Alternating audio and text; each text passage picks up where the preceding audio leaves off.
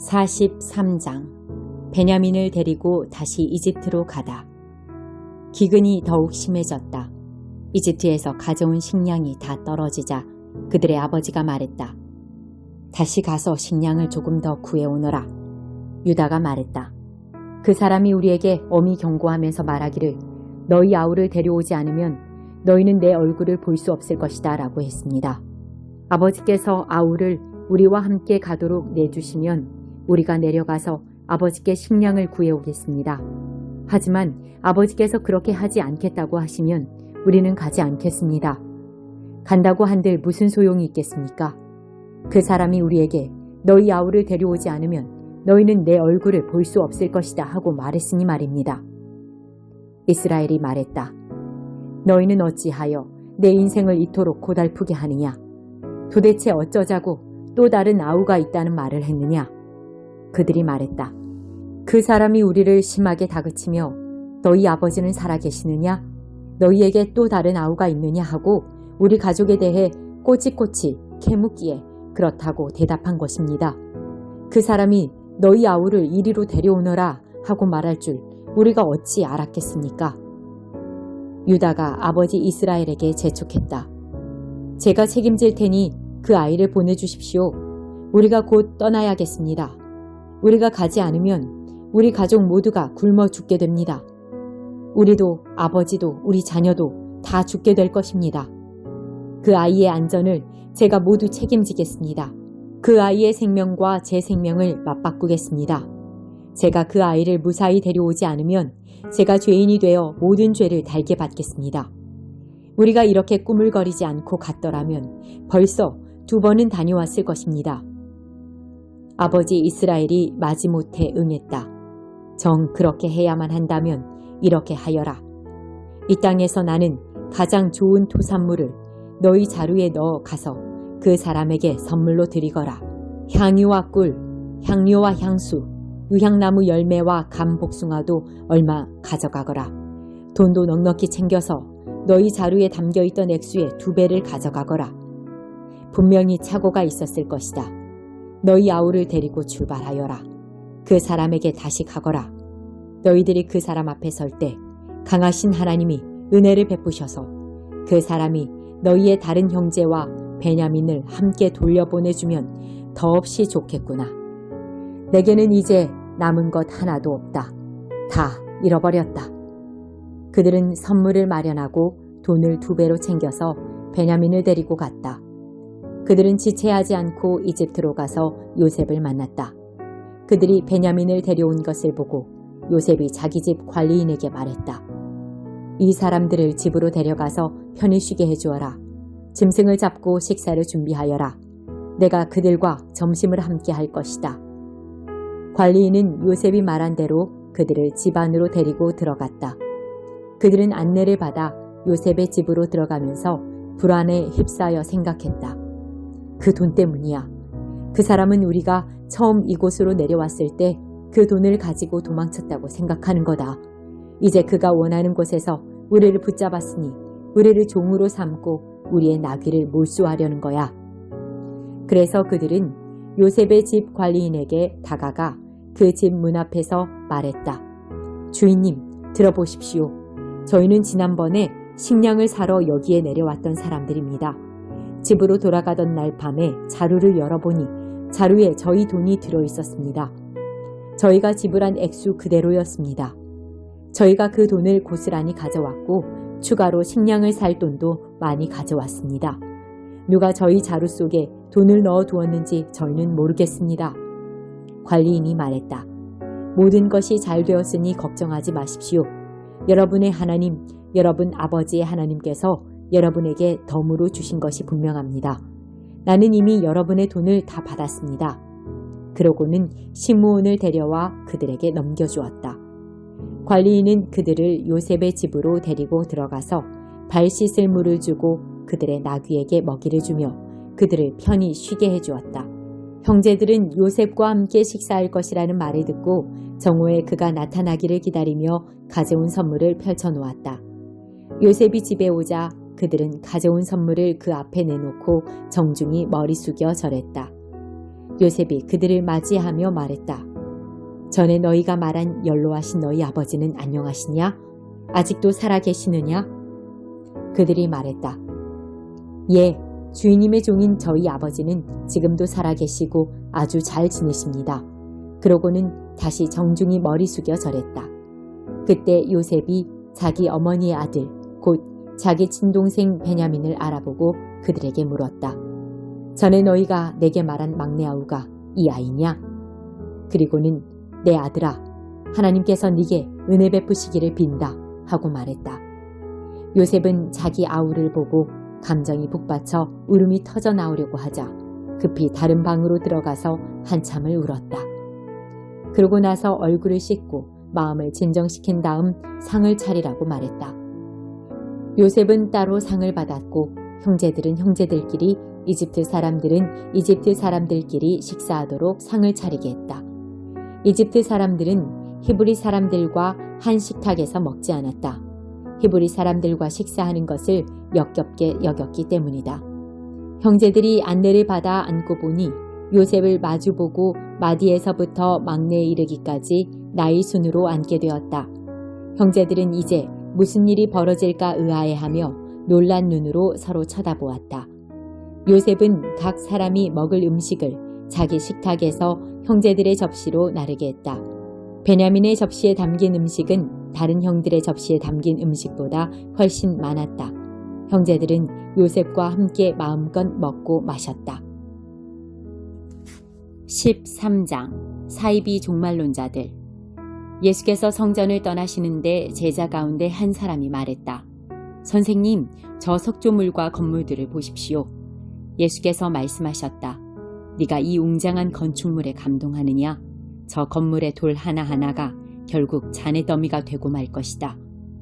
이후에 예수께서 성전이 한눈에 내려다 보이는 올리브산에 앉으셨을 때 베드로와 야고보와 요한과 안드레가 그분께 따로 다가와 물었다. 말씀해 주십시오. 그런 일이 언제 일어나겠습니까? 때가 막바지에 이를 때 우리에게 어떤 징조가 있겠습니까? 예수께서 입을 여셨다. 사이비 종말론자들을 조심하여라. 많은 지도자들이 정체를 숨기고 나타나서 내가 그다라고 주장할 것이다. 그들이 많은 사람들을 현혹할 것이다. 전쟁 소식을 듣거나 전쟁이 일어나리라는 소문을 듣거든 당황하지 말고 침착하여라. 그것은 역사에 늘 반복되는 일일 뿐 아직 종말의 징조는 아니다. 나라와 나라가 싸우고 통치자와 통치자가 싸우는 일이 계속될 것이다. 곳곳마다 지진이 있을 것이다. 기근도 있을 것이다.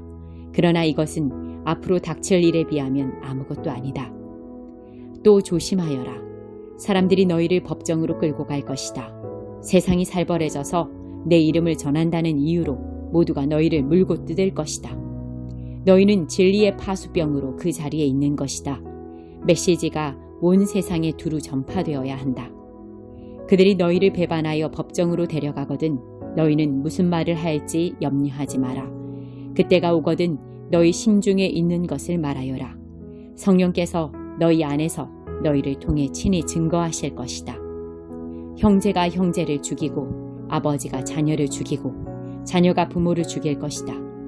나 때문에 너희를 미워할 사람이 누구인지 아무도 모른다. 그대로 견뎌라. 그것이 너희가 해야 할 일이다. 끝까지 견뎌라. 그러면 너희는 절대 후회하지 않을 것이고 결국 구원을 얻을 것이다. 큰 환난의 날. 그러나 거룩한 것을 더럽히는 괴물이 절대 있어서는 안 될 곳에 세워진 것을 보거든 얼른 달아나거라. 너희 읽을 수 있는 사람들은 내 말이 무슨 말인지 깨달아라. 그때 너희가 유대에 살고 있거든 산으로 달아나거라. 마당에서 일하고 있거든 무엇을 가지러 집으로 돌아가지 마라. 밭에 나가 있거든 겉옷을 가지러 돌아가지 마라. 특히 임신부와 젖먹이는 어머니들이 힘들 것이다. 이 일이 한겨울에 일어나지 않기를 바라고 기도하여라. 그때는 괴로운 날이 될 것이다.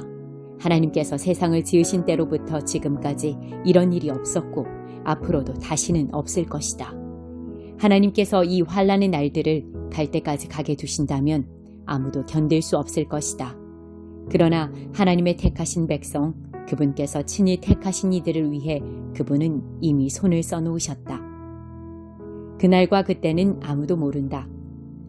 누가 너희를 막아서서 메시아가 여기 있다 소리치거나 저기 그분이 있다 가리켜도 속지 마라.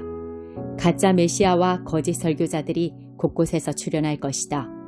그들은 대단한 이력과 현란한 업적으로 알만한 사람들의 눈까지 속일 것이다. 그러니 조심하여라. 내가 너희에게 충분히 경고했다. 그 괴로운 시간들이 지나면 해는 어두워지고 달은 흐려지고 별들은 하늘에서 떨어지고 우주의 세력들은 떨 것이다. 그때에야 사람들은 인자가 위엄 있게 오는 것을 볼 것이다.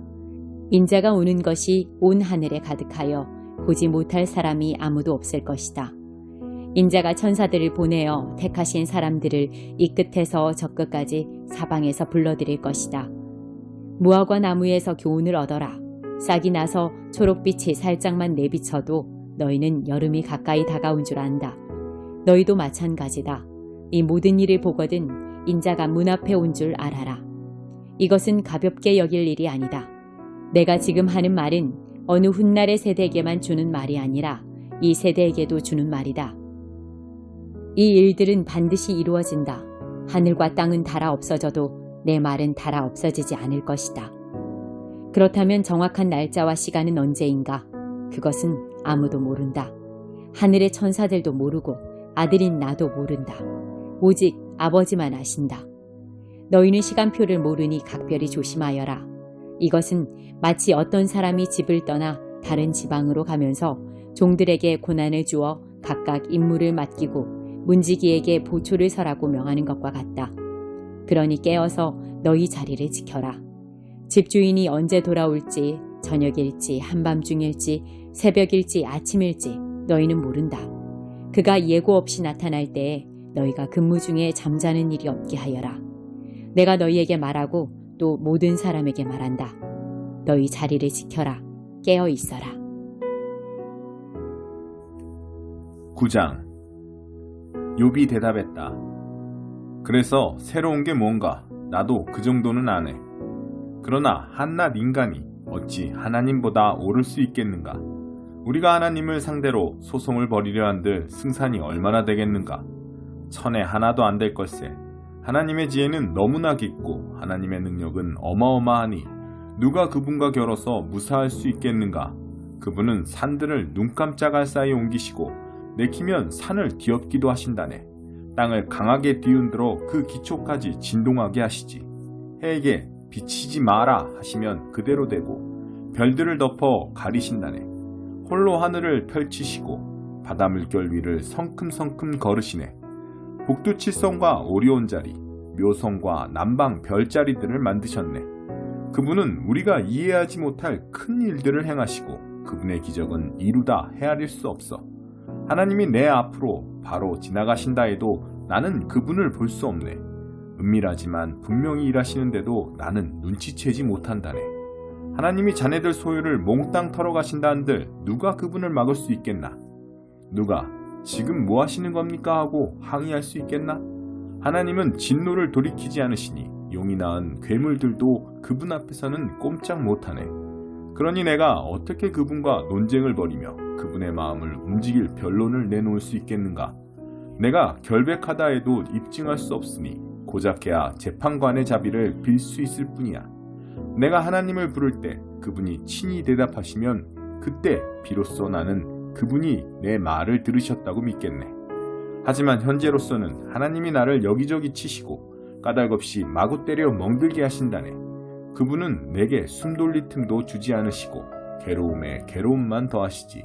힘으로 결판을 보려 하면 그분이 강하시니 승부는 뻔하네. 재판에서 정의를 가려보려고 한들 누가 감히 그분을 소환하겠는가?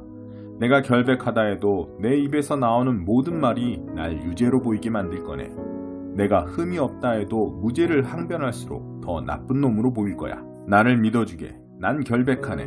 뭐가 어떻게 돼가는 건지 모르겠네. 도무지 살고 싶지가 않아. 어떻게 살든 결과가 마찬가지라면 하나님이 착한 사람과 나쁜 사람을 한꺼번에 멸하신다는 결론을 내릴 수밖에 없지 않은가? 재앙이 닥쳐 사람들이 갑자기 죽어나가도 하나님은 무지한 자들의 절망을 팔짱 끼고 지켜만 보신다네.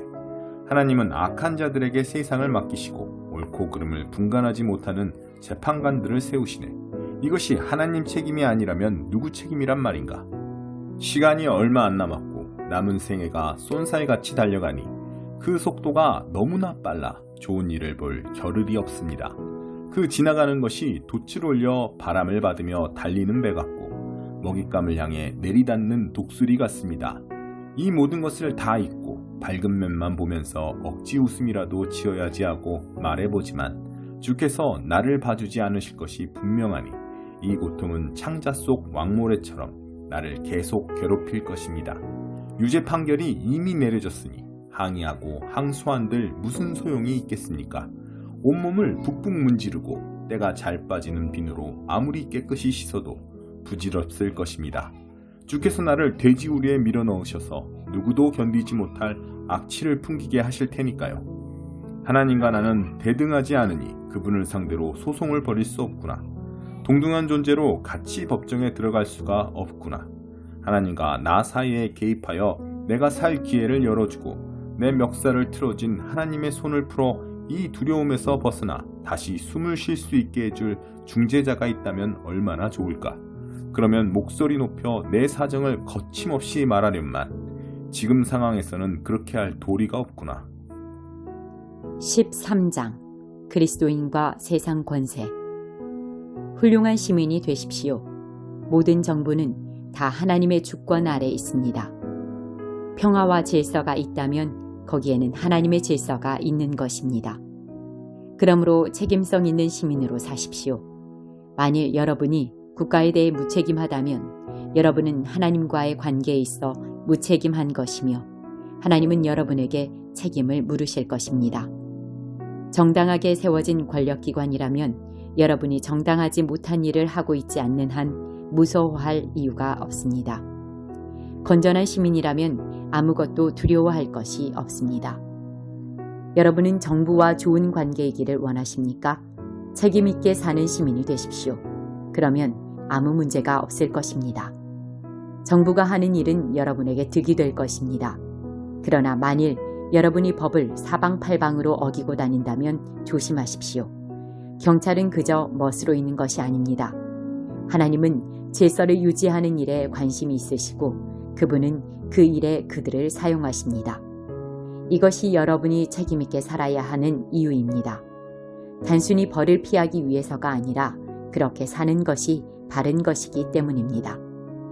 여러분이 세금을 내는 이유도 바로 이것입니다. 질서가 유지되도록 하기 위해서입니다. 시민으로서 여러분의 의무를 다하십시오.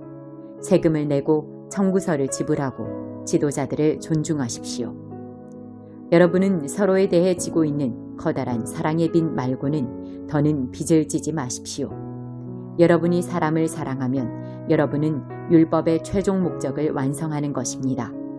율법 조문은 다른 사람의 배우자와 동침하지 말라, 사람을 죽이지 말라, 자기 소유가 아닌 것에 대해 욕심을 품지 말라 등과 같은 하지 말라는 결국 모두 합치면 다른 사람을 자기 자신처럼 사랑하라는 것입니다. 여러분이 사랑하고 있다면 여러분은 결코 잘못할 수 없습니다. 율법 조문에 들어있는 모든 것을 합치면 그 합은 바로 사랑입니다.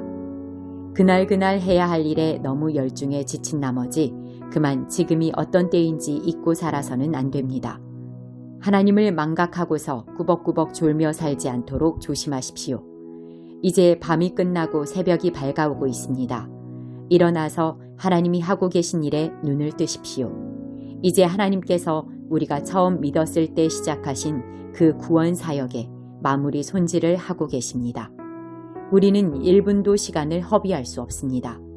천박하고 방종한 생활을 하면서 음탕하고 방탕하게 살면서 말다툼이나 일삼고 눈에 보이는 것이면 무엇이든 탐내면서 이 소중한 낮 시간을 허비할 수 없습니다. 잠자리에서 일어나 옷을 차려 입으십시오. 꾸물거리지 마십시오. 그리스도를 옷 입고 당장 일어나십시오.